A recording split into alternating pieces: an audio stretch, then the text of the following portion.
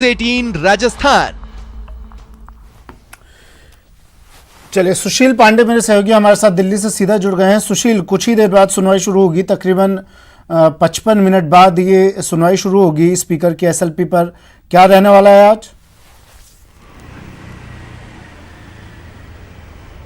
जी देखिए, साफ तौर से सुमित, इस पूरे मामले में आज कपिल सिब्बल की तरफ से बहस की शुरुआत की जा सकती है, क्योंकि स्पीकर की तरफ से उन्होंने याचिका दाखिल की है। लेकिन कैविएट के रूप में सचिन पायलट भी सुप्रीम कोर्ट की दहलीज पर पहुंच गए हैं। उन्होंने कैविएट दाखिल करके ये कहा है कि बिना उनके पक्ष को सुने सुप्रीम कोर्ट कोई अहम आदेश जारी नहीं करे। सचिन पायलट के खेमे की तरफ से वरिष्ठ वकील मुकुल रोहतगी उनका पक्ष रख सकते हैं, और साथ ही साथ इस मामले में हरीश साल्वे उनको असिस्ट भी कर सकते हैं, जो फिलहाल लंदन में हैं। लेकिन इस पूरे मामले में जिस तरह कानूनी दांवपेच को लेकर फिलहाल मामला सुनवाई के लिए सुप्रीम कोर्ट में पहुंचा है, उस पूरे मामले में 3 जजों की बेंच चीफ जस्टिस ने कल बना दी थी, जिसको हेड कर रहे हैं जस्टिस अरुण मिश्रा, BR गवई। तो ये तमाम जो फिलहाल उठापटक है, उस पर फिलहाल अब जो सुनवाई होगी, जिसमें संवैधानिक संकट की बात स्पीकर की तरफ से कहा गया है कि जो हाईकोर्ट का आदेश था, जिसमें हाईकोर्ट ने डायरेक्ट शब्द का इस्तेमाल किया है, वो फिलहाल संवैधानिक संकट पैदा करता है। और 10वीं अनुसूची के अनुबंध में साफ तौर से ये कहा गया है कि कियोतो होलान जो फिलहाल सुप्रीम कोर्ट का एक जजमेंट है, उस जजमेंट के मुताबिक जब तक स्पीकर अयोग्यता को लेकर कोई फैसला नहीं ले लेते, तब तक कोर्ट उनके फैसले में हस्तक्षेप नहीं कर सकता है। और ये एक संवैधानिक संकट है, जिसकी व्याख्या देश की सुप्रीम कोर्ट जरूर करे, और इसीलिए ये याचिका दाखिल की गई है। लेकिन अब इस पूरे मामले में सुप्रीम कोर्ट कहां तक हस्तक्षेप कर सकता है? सुप्रीम कोर्ट को फिलहाल स्पीकर को ये संतुष्ट करना होगा कि किस तरह फिलहाल हाईकोर्ट ने उन्हें इस प्रकार का आदेश दिया है, और क्या हाईकोर्ट या कोई भी संबंधित कोर्ट इस प्रकार से संवैधानिक पद पर बैठे हुए किसी भी सदस्य के आदेश को पलट सकता है या हस्तक्षेप कर सकता है या नहीं। 11 बजे इस पूरे मामले की पूरी सुनवाई शुरू होगी। आइटम 2 है, जस्टिस अरुण मिश्रा की बेंच इस पूरे मामले की सुनवाई करेगी। अब देखना यह है कि जो कानूनी उठापटक को लेकर जो बहस का दौर जारी होगा, उस बहस में सुप्रीम कोर्ट को संतुष्ट कौन सा पक्ष कर पाता है, और दूसरी बात कि क्या सुप्रीम कोर्ट से स्पीकर को राहत मिलती है या नहीं, ये बड़ी बात है। क्योंकि 24 जुलाई का समय फिलहाल हाईकोर्ट ने दिया है, और अगर इस पूरे मामले में आज सुनवाई चलती रही तो सुप्रीम कोर्ट ये भी कह सकता है कि हमें हाईकोर्ट के आदेश का इंतजार करना होगा। लेकिन बड़ा सवाल यह है कि जो शब्द हाईकोर्ट ने इस्तेमाल किया है, उसको लेकर फिलहाल सुप्रीम कोर्ट कोई अहम आदेश जारी करता है या नहीं। लेकिन स्पीकर की तरफ से अपनी याचिका में साफ तौर से यह कहा गया है कि इस पूरे डायरेक्ट शब्द को लेकर सुप्रीम कोर्ट हाईकोर्ट के आदेश दे कि इस आदेश को तुरंत रद्द किया जाए। तो अब ये बहुत बड़ी बात होगी कि इस पूरे मामले में सुप्रीम कोर्ट हाईकोर्ट को अपने आदेश में बदलाव करने के लिए कहता है या नहीं। लेकिन फिलहाल कपिल सिब्बल संवैधानिक जानकार भी हैं, बड़े वकील भी हैं, कांग्रेस के गद्दावर नेताओं में आते हैं। तो अब देखना है, ये जब कानूनी बहस सुप्रीम कोर्ट में शुरू होगी तो जीत किस पक्ष की होगी। केंद्र सरकार ने भी हस्तक्षेप अर्जी दाखिल की है। जी देखिए, केंद्र सरकार की तरफ से फिलहाल अभी कोई याचिका दाखिल नहीं की गई है। एक याचिका सुप्रीम कोर्ट में, हाईकोर्ट में, संबंधित हाईकोर्ट में दाखिल की गई है, जो फिलहाल एक याचिकाकर्ता के द्वारा दाखिल की गई है, जिसमें यह कहा गया है कि चूंकि मामला संवैधानिक संकट से जुड़ा हुआ है, 10th शेड्यूल से जुड़ा हुआ है, लिहाजा सेंट्रल गवर्नमेंट को भी इस मामले में पार्टी बनाया जाए। सेंट्रल गवर्नमेंट की तरफ से अभी फिलहाल कोई याचिका दाखिल नहीं की गई है। अच्छा, सुशील, मुझे ये समझाने की कोशिश कीजिए कि कितना हस्तक्षेप कोर्ट इन मामलों में कर सकता है, क्योंकि CP जोशी ने पहले कहा था जो कोर्ट का फैसला होगा वो सर्वमान्य होगा, हम मानेंगे, हमें कोई दिक्कत नहीं है। लेकिन अब वो सुप्रीम कोर्ट पहुंच गए हैं। कोर्ट विधायी कार्यों में कितना हस्तक्षेप कर सकती है?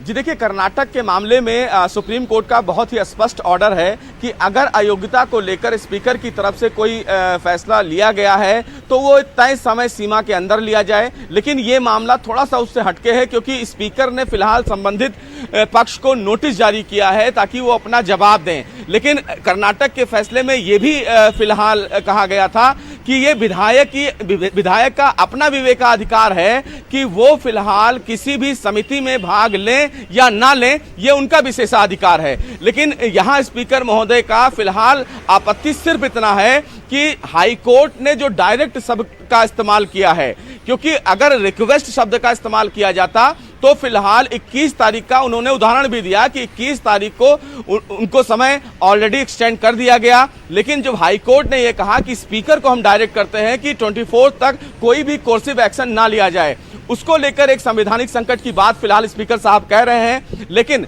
सुप्रीम कोर्ट के कई ऐसे जजमेंट हैं जिसमें साफ तौर से यह कहा है कि अगर संवैधानिक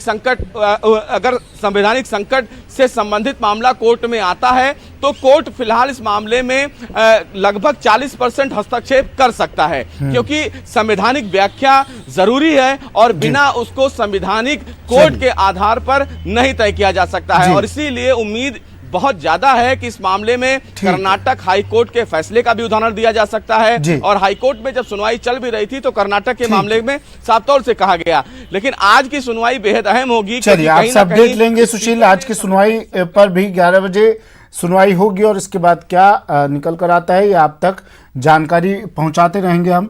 फिलहाल शुक्रिया सुशील तमाम जानकारी के लिए। बढ़ते हैं अगली खबर की ओर। पायलट गुट की हाईकोर्ट में याचिका, पायलट गुट ने भी हाईकोर्ट में याचिका दाखिल की है, केंद्र सरकार को भी बनाया जाए पक्षकार। विधायक पीआर मीणा ने प्रार्थना पत्र दायर किया है। याचिका में शेड्यूल 10 के 21A की संवैधानिकता को चुनौती दी गई है। ऐसे में केंद्र सरकार आवश्यक पार्टी है, कहा है पक्षकार नहीं बनाने से याचिकाकर्ता के हित प्रभावित होंगे। मामले में अदालत ने सुनवाई पूरी कर फैसला सुरक्षित रखा है। इसी बीच अब न्यायालय में नया प्रार्थना पत्र पेश किया गया।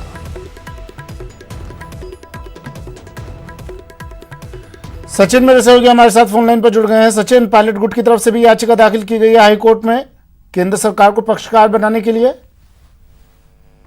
पक्षकार बनाने के लिए प्रार्थना पत्र दायर हो गया और ये मतलब हम कह सकते हैं कि जो लीगल फर्टर्निटी है या जो विधि जगत है उसमें बहुत ही चर्चा का विषय बना हुआ है। क्योंकि देखिए भारी सालवे जैसे वकील मुकुल रोहतगी जैसे एडवोकेट अगर आप अपने लिए खड़े करते हैं और आप याचिका पेश करते समय इस बात का ध्यान नहीं रखते और 3 दिन जब सुनवाई हो जाती है, वो भी मैराथन सुनवाई, और उसके बाद आपको समझ में आता है कि अगर केंद्र को इसमें पार्टी नहीं बनाया गया तो आपके हित प्रभावित हो जाएंगे, तो इससे कहीं ना कहीं हर तरफ से इशारा हो रहा है कि कानून को जो लोग जानते हैं या जो लोग समझते हैं वो उसका इस्तेमाल किस तरह से करते हैं ये साफ जाहिर हो रहा है। जब कोर्ट 24 तारीख को फैसला देने वाली है, ऐसे में आप एक याचिका में प्रार्थना पत्र प्रस्तुत करते हैं और कोर्ट से मांग करते हैं कि केंद्र सरकार को पार्टी बनाया जाए और उसके बाद उन्हें सुना जाए, यानी 24 को भी फैसला नहीं आए।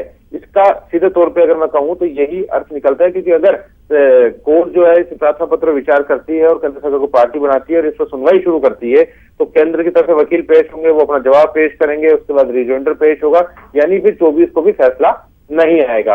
और ये बात 3 दिन सुनवाई के दौरान स्पीकर के वकील अभिषेक मनु सिंघवी ने उठाई, इसके अलावा महेश जोशी के वकीलों ने उठाई, उसके साथ ही जितने पक्षकार बने 2 लोग उन्होंने ये कहा कि ये कानून जो है दलबदल कानून केंद्र सरकार का है और याचिका में केंद्र सरकार को पार्टी नहीं बनाया गया है याचिकाकर्ताओं की तरफ से, तो ऐसे में प्रीमेच्योर है, ये सुनने लायक नहीं है, इसे नहीं सुना जा सकता है।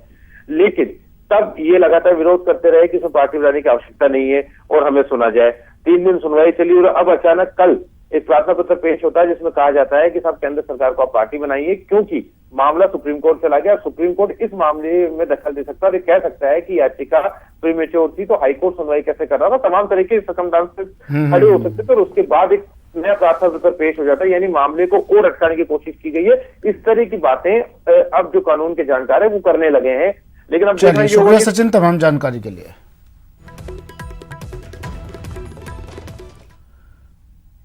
और सियासी संकट के बीच सीएम गहलोत ने प्रधानमंत्री नरेंद्र मोदी को पत्र लिखा और राजस्थान की राजनीतिक उठापटक से अवगत कराया। सीएम गहलोत ने चिट्ठी में हॉर्स ट्रेडिंग की तरफ ध्यान आकर्षित करते हुए लिखा कि राजस्थान में सरकार गिराने की साजिश हो रही है। सीएम गहलोत ने लिखा कि केंद्रीय मंत्री गजेंद्र सिंह शेखावत और कांग्रेस के अन्य महत्वाकांक्षी नेता सरकार गिराने की साजिश में शामिल हैं। सीएम गहलोत ने पीएम मोदी से पूरे मामले पर हस्तक्षेप कर कार्रवाई की मांग की है।